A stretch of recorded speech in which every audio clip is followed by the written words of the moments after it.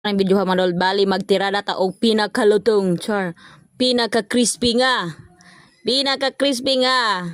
Talbos sa kamote char.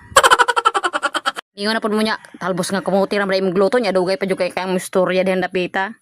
Unya dihan dapita mga dol simpre mo anita magkarag-karag yuta diri sa ato amang kamutinhan. Okay baga makaidadihag mga dahon simpre nanguha ta diha. Na siyempre ato pang ikaway-kaway. Unya dihang dapita kay nang ko di og dahon sa kamuti na apoy mga baboy na baboy diri nga nakabuhik kinsa ko ning baboy. Og kinsa ning baboy diri pagmuana ni kay ako man niya nang dalon. Balay kay human naman kog panghuha dihang kamuti nang dapita siyempre pauli ko sa balay sa kong isuon nya kadi ako may nga pandirang mga samukan kay dagko kadi ako mangkonsig dagan-dagan. Nya si mama kanida ni apas nako diha kay papulion ko sa iyang balay kay pabantayon ko dito ba. Dayon gihatagan ko sa iyang kayamanan char. Bali ang gihatagan niya mga dulko ana siya kanang yabi ba.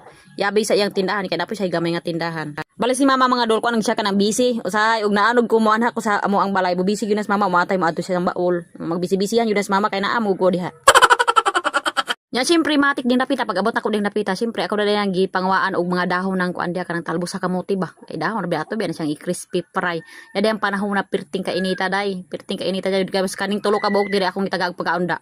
Hilom lagi mo kay bali na silang kalangasa si dalaga nay sigig sa gitanay ba. Bakit pun laman ani nila oy? Kay sa dihang og mag-vlog-vlog nako diha siya sila magkara-kara og kuan kanang mga atik-atik ba kay ang banha pa jud kaayo. Bali nagbutang na day ko og duha kutsara diha nga harina. Dayon nagbutang ko og itlog dayon ako ra na siyang gibutangan og bajik sarap. Dayon jutay nga asin ato ra pa timplahan pud ba. Bali ato ra gunang ipahumul-humul diha sa atong butang harina, itlog dayon ato na siyang ipahumul-humul diha sa ato ang tinimplahan.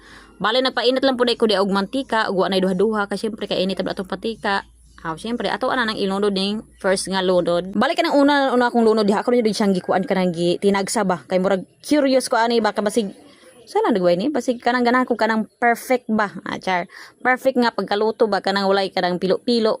Siyempre pag ikaduha kay na hustler naman ta kay ikaduha naman ning lunod ako na siyang tinagurha diha butang ba.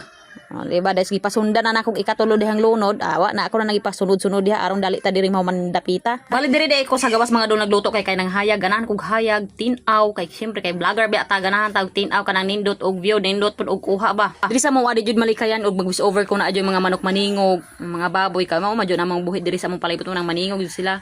Dayong siyempre loto na tong finished product diring dapita char og siyempre ato nang tilawan. Ito na to ang kamote nga crispy, dahon sa kamote crispy. Crispy na ko ba? So mauna ni ang finished product ko, finished product. Ato ang tilawan ha. So ing ato kalutong akong mga giluto mga dolchar. Ing ato kalutong. Nya naka crunchy, crispy kayo ba. So og naghan mo kada yung mga talbos nga kamote diha, awa na no probs daha. Lutuan na ninyo diha, dayon labakan na yung mga chikiting diha nga dili mga udong mga dahon-dahon. Pangitairan nyo paagi kay awa na sure